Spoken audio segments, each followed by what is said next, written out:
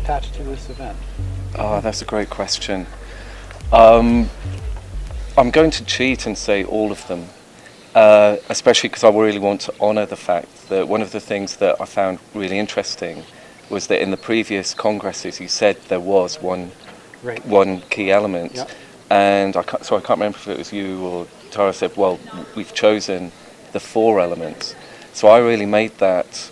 I really loved that because I work with the 4 elements in my work in very, very traditional businesses, very conservative businesses, and I thought that was fantastic.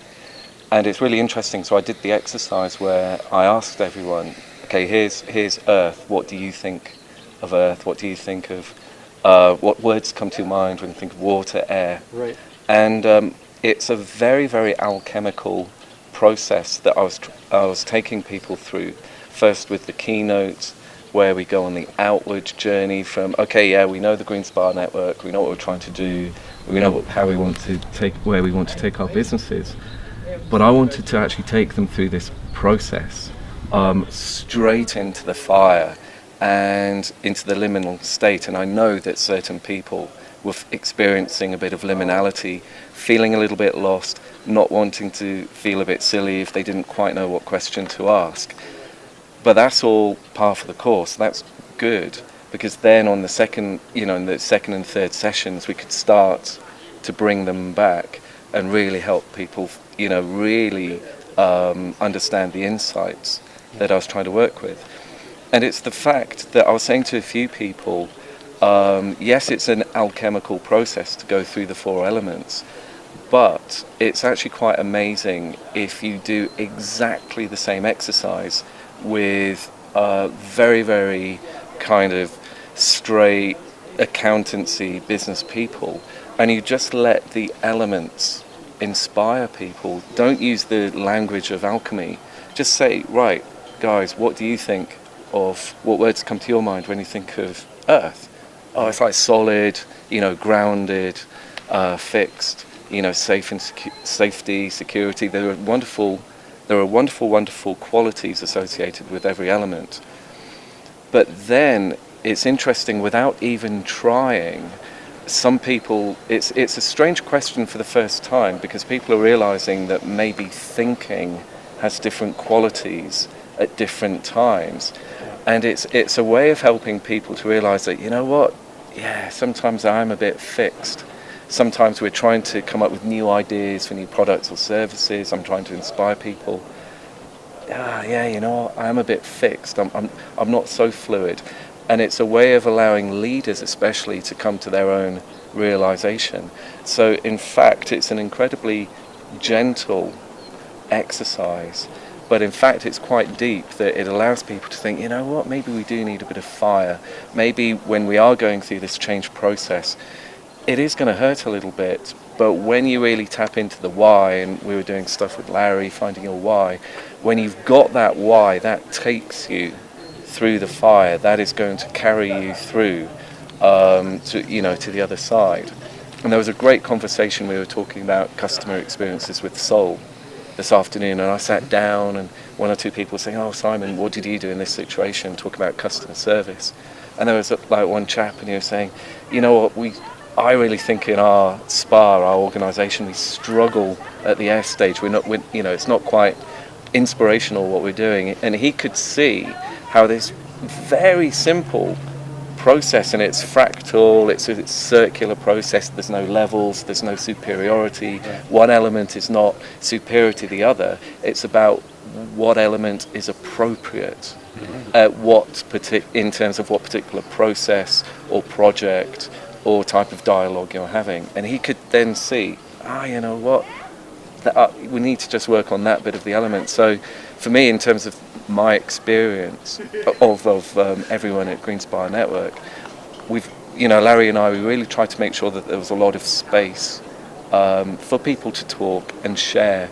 And it was just great walking around, listening to people, listening to the conversations, and really, I think it was in those little conversations and insights, just hearing people say, oh yeah, the giraffe, I get, we need to move that there, or, it's just these little snippets. And also there was another lady on our table this morning, And it's really interesting, you never know how people are going to respond, or it's not so much how people are going to respond, but what it triggers inside of themselves. And she was absolutely, it was brilliant what she said, because she said in her younger days, maybe as a teenager, she was very observational, really, because we also talked about thinking, feeling, sensing and intuition. And she said, at a young age, she was so observational, observed everything. I'm not. Yeah. And I just said to her, that's such a gift. But then she really felt she'd lost that and moved away from it. Mm. And then the conversation I had with her is I said, well, think about, because she felt she was different to a lot of the people she was working with. And I said, well, look at life. Life is diversity. What a gift. And I think something really shifted inside of her that brought back this self-respect of, no, I really want to honor this ability to observe. And so she's going to work with that because she hasn't lost it. It's just it became a bit dormant. So and I can't reawaken that a little bit. Yeah, and Larry, I can't remember what you said about being me. I do myself, and that really, I think. So Larry and I, we've really tried to work off each other. Yeah, and that's part of her comment as well, is that she felt like she was noticing other people and then adapting herself to them, and in that process sometimes losing herself. Yeah. So her awareness was that sometimes people didn't know who she really was because she was so adaptable. Yeah. And if I can comment on, follow up on yours. Yeah. When I worked with the Strength-Based leadership model, it's based on 50 years of research with Gallup polls. And one of the surprising things they found when they look at these 4 essential skills that leaders have from all that work, rarely, almost never, did they ever find a leader who was balanced in all 4. Yeah. But the successful leaders always had a team that was. Yeah. So, my strength is the creativity, the innovation, the intuition, the looking at things in different perspectives. I have a little bit of earth, but when things slow down and get slower pace, detailed, deliberate, that just feels mundane and I want to go to sleep. Yeah. But if I have people around me that can help with that, and I think that's part of what you're suggesting is people get this awareness, like, I don't have that natural ability. If I'm not careful, I'll never go there. Yeah. But, sorry, because I really feel with leadership, we talked a lot about leadership, and you have to be humble dealing with leaders who have come up over the past maybe few decades. The society very much valued leaders who had the answer, because the leaders were the people we looked up to give us the answer. But nowadays, life is very complex. Mm-hmm. We really need to tackle very diverse sustainability issues. Mm-hmm. And leaders now, they don't necessarily have all the answers. Yeah. So, if we're humble and we can really look to these people and not criticize them, but try and help them, facilitate their shift into really seeing all the people in the organization. That's the way, we talked about dialogue, new ideas can emerge. Well, it feels like part of that discussion, and I'll ask you about this in a minute, but part of that discussion, leadership in the past has had a kind of a competitive, right, my way, I know better, sort of an edge to it. Mm-hmm. So when I shared that example of working with a room full of people who had 700 years of military experience, they all started out with crossing their arms because, we got one guy had 50 years in the military, he's the professor emeritus, and it's like, who in the hell is this guy to tell me anything about leadership? And what surprised them is I didn't tell them anything about leadership. I spent the first day asking questions, today, and in the process of asking questions, they discovered their own ideas, their own thoughts, their own discussion. Second day, nobody had their arms crossed. So that adaptability of, for me, it's kind of like that why. I'm clear on the outcome I want to work towards, be flexible in finding out how to go there. And so that gets me thinking about you. The culture in Mexico is different than the culture here. Yeah. And the way to relate and the way to adapt.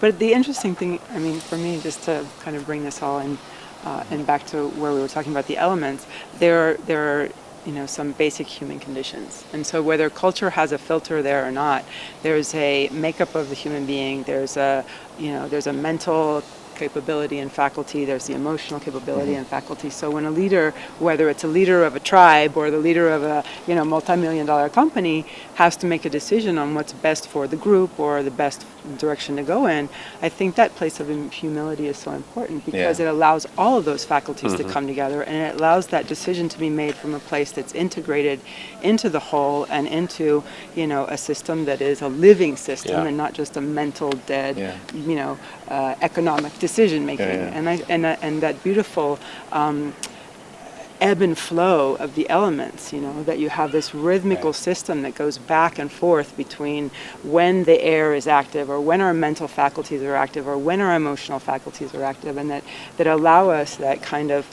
breathing in and out, and that expansion and contraction that's alive and being and just existing. And for me, it reminds me of the alchemists of old. I mean, you mentioned the alchemy, and the process of turning coal, I guess it was, into gold wasn't in order to produce gold for the kings. Right. It was an internal movement process, that if you weren't able to have this internal transformation and awareness and illumination, you couldn't make that happen. You couldn't change those elements into something different. So part of that alchemy, to me, in my language, the alchemical process, when they're doing this research on strength-based leadership, and they looked at what the needs of followers were, and they started setting followers, because people rarely do that. One of the most telling questions that they asked was, does your manager or somebody at work care about you as a human being? Right. That's a way the alchemical process is like when you know you're cared about. And I'm sure you've had experiences, maybe personal experiences of working, but I've worked with people in manufacturing, making decent money, offered jobs somewhere else for more money, who will not leave. Right. Because there's something happening that's like, why? I could go make more money, but then I would lose this. Yeah, exactly. Right. So those elements being in balance, that humility being present, people mattering, showing up at work and loving what you're doing.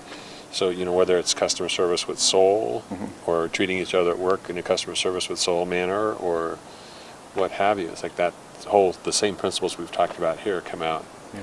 Bonnie, with your work in the spa industry, you work with clients as a consultant. So the 4 elements is something that is familiar to the spa industry as a concept. Is there anything that you experienced in this discussion about the 4 elements at Congress this year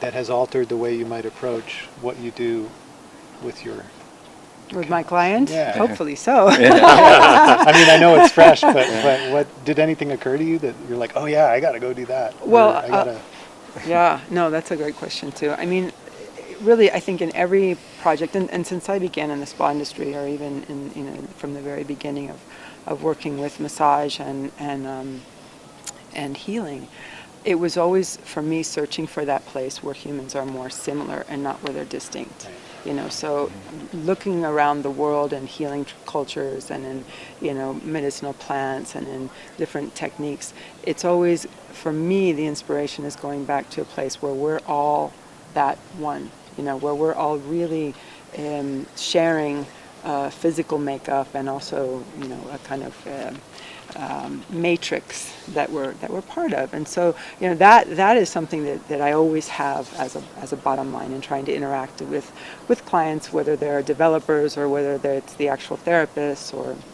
even on a guest level.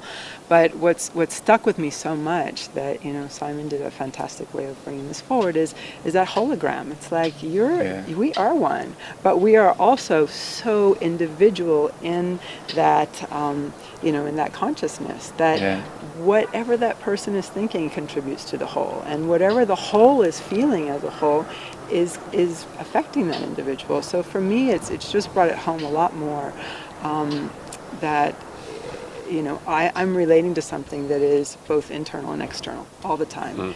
And I feel like that's something I want to work a lot more on and bring into, both the work that we're doing, but also the trainings and kind of break that down. What I'm hearing is that there's sort of a new facility with the application, of the elements and the concept, and even to be able to shift in the middle of a conversation if you start to feel things getting into a corner or bogging down. And that's it's a perception. Power. It's a perception shift, no? Yeah. Well, and it's triggering for me that notion too that when people leave here, and if they're clear on their intention and the purpose and what they learn, what they want to put into practice, they're less likely to fall into automatic behavior. Some of the research on stress management said with the average person at 65,000 thoughts a day, 90 to 95% of them are the same ones they had yesterday. So what kind of a life is that when you're an automaton? And so the whole idea about bringing in the idea of the hologram and being aware of who you are in this moment and what image, what message you're portraying. And that's one line that I picked up when I read Conversations with God years ago. Who do I choose to be in relationship to this? Yeah. Keeps me out of that automatic mode. Well, one of the things I was talking about yesterday, there's for 2,500 years we've struggled with this concept of identity and difference, and this is why I talked about this scientific process with British botanists. They were absolutely focused on difference and commonality, and what they did, when they observed plants, they looked at what was different, totally just threw that away, and they created classification systems based on similarity, but it's an abstract classification. Oh, this has 10 leaves, but this variety has 20 leaves. So that difference or similarity is an abstract concept. So there, what you do, you strip out difference and you find unity within multiplicity. So this is where when we apply it to our own identity, we're threatened because we lose so much with this mode of consciousness. We lose the difference, we lose our individuality. But what I was trying to allude to is there's a very different way, which is holographic, and this is where you absolutely celebrate the differences, the multiplicity, but you need a very different way of understanding what the whole is, and the whole comes to presence in the parts. So when we think of a plant, we think of the one plant being itself differently. So this is quite a shock to find multiplicity within unity.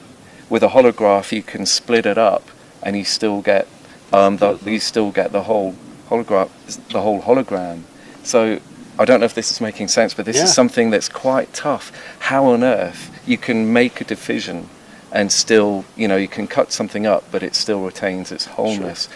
But you need to go deep into your intuition to grasp this whole, because in the normal Cartesian way of thinking, as soon as you cut a hole up, you've lost the whole and it's gone. So working with working with the United States Air Force Academy, and I was invited to come do some strategic planning for them. So I had 7 full colonels and 3 3-star generals.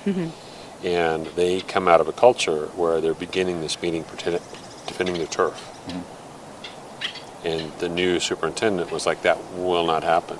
And so I spent 15, 20 hours of interviews with them, and they had concerns. And so I want to protect academia, I want to protect the athletic, I want to protect the wing service, I want to protect the chaplain service. And so 2 things happened in that meeting. The first one was the superintendent introduced the meeting by saying, we will make changes, and they're going to happen. That's not the question. The question is, do you want to participate, or do you want me to make them? And immediately it's like, oh my gosh. And the second thing he said was, everything gets on the table. No sacred cows. So there's a tendency to begin by posturing. And so the question then was, how do we not posture? It's like, well, let's begin by looking at where we're in agreement. Where are we in agreement? What do we have in common? What are the issues? What do we agree it's important for us to talk about and address? And to start out with that kind of a gentle, soft, collaborative energy prevented us from having to spend 2 days going through turf wars. Right. Consider, an organization, GSN, that is experiencing both a stage of profound transition from a founding force with an immensely passionate energy and a grassroots feel to a what I struggle with as in leading the organization is to retain that as we bring in structure, because we need structure. We're in a period of radical growth at this point. And so I'm challenged at how to, not bog in the transition, trying to change it here, but just skip and evolve and move. So you mentioned, I'll just throw this out there Yeah. because something you and I talked about without knowing you knew about D. Hawk, Yeah. but that yeah. whole notion of what he talked about as being the chaotic organization, Right. Yeah. Right. that Right. there's a certain balance of chaos that's a natural, ever-present aspect of change and transition and so forth. Within that, where do you need to be solid? Right. But, I mean, this is a basic principle of life. And actually, we talk about D. Hawk in holonomics. It's the challenge that every single business has, because there's a big trend to say, oh yes, organizations are living systems. But every living system exists on the edge of chaos. Right. As soon as you have too much control, Right. you've got totalitarianism and you kill creativity. Yeah. But too much chaos and the whole structure collapses. And this is the quality of a great leader, to be able to make sense of what's happening, to make sense of how much bureaucracy you need, because you always need a little bit of structure, but then to always give freedom, to the individual people, enough freedom to allow the organization to become a living organization, to evolve and to grow and be creative and allow new things to emerge. Yeah. So even in looking at structure and regulation of a classroom in a microcosm, of having both of those things present, here's the rules and regulation, here's the behavior, here's what's acceptable, here's what's not acceptable, and then enforcing those. But within that, here's a lot of latitude and freedom, and to be able to learn and play and discover and so forth. Yeah. But I think that has a lot to do with rhythm, because you have to have, within that chaos, there comes an order, and usually that comes through a rhythm. So like working with children, there's times for being out and running around and just going crazy, and there's times for coming back in and being really contained. And I think that within an organization, especially I see it within GSN, I mean, there are times when it's like, this doesn't make any sense at all. Right. And then there are times when like, at least we It's know, profound. at Yeah. least we know our why, at least we know, we really do understand, I think, our why and where we need to go. So if the road becomes very meandering and, like happens to all the time in Mexico and surely in Brazil, you think you're going on this road and then there's a roadblock or something's happened and you have to figure another way out. And we can move through that, and we can really, support that fluid structure, but with a solid understanding of what's going on. I mean, change, I always think that change is going to happen. It just depends on how you guide it to happen. So the change is, it's coming. Well, and that awareness of not going through a process and thinking you're done. Right. Oh I yeah. mean, for years and years of working with teams that have gone through some sort of team building program, like, we did that. Yeah. Well, you change one member, Right. your budget changes, you get a new task, a new assignment.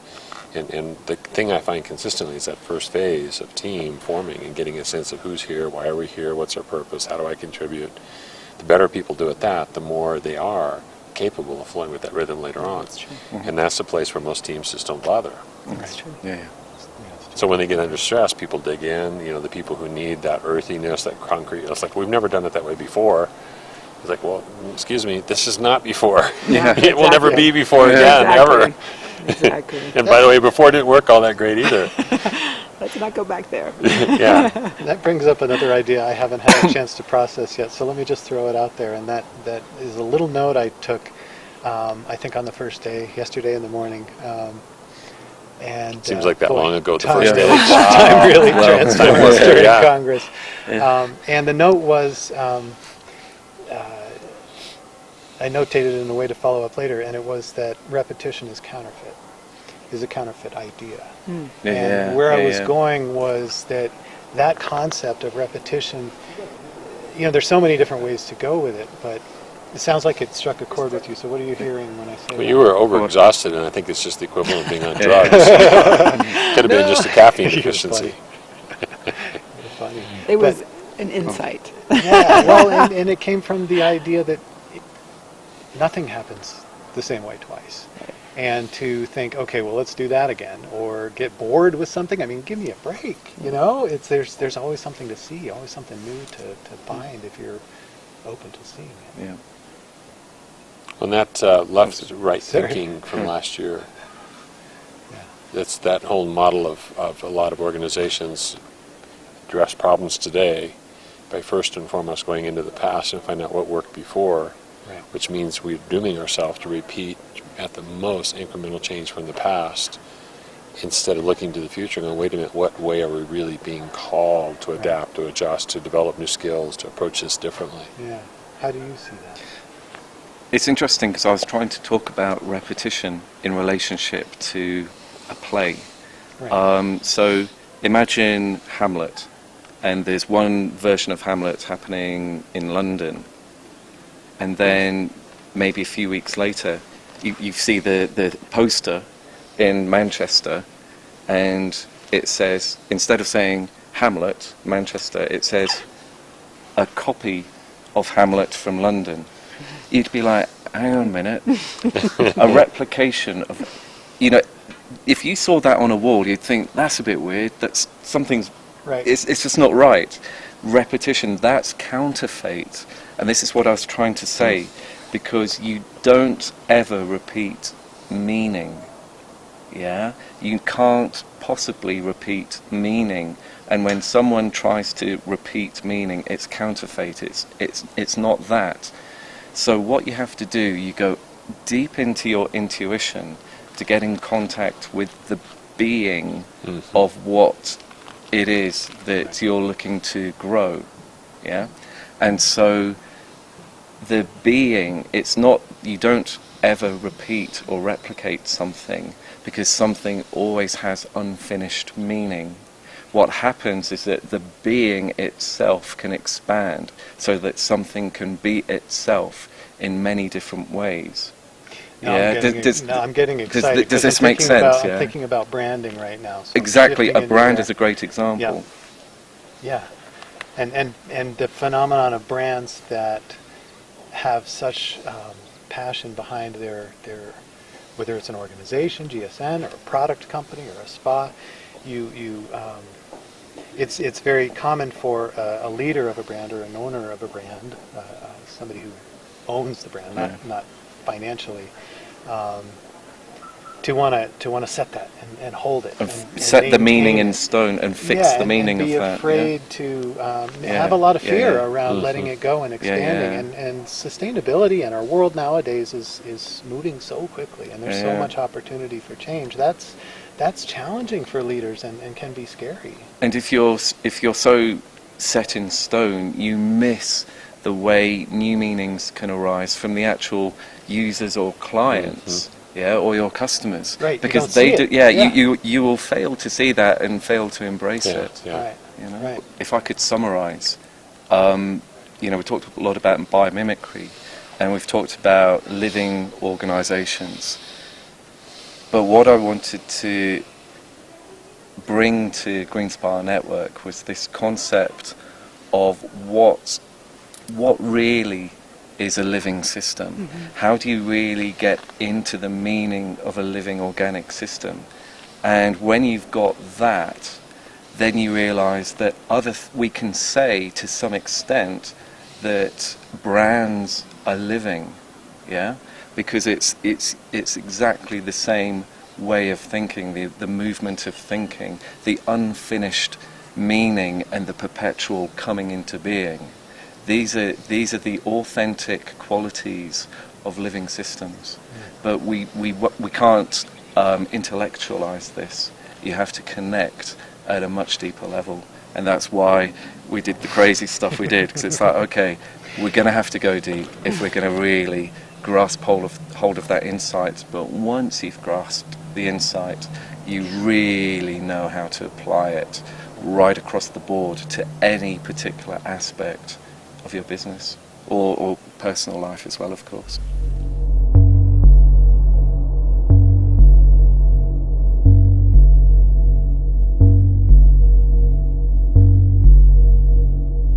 Hey, thanks Thanks for checking out this educational video from GSN. If you want to see more sessions like this or learn more about GSN and our events and programs, you can always go to greenspanetwork.org or check us out on our YouTube channel or Facebook page by searching Green Spa Network on those platforms. Bye for now, and have a healthy day.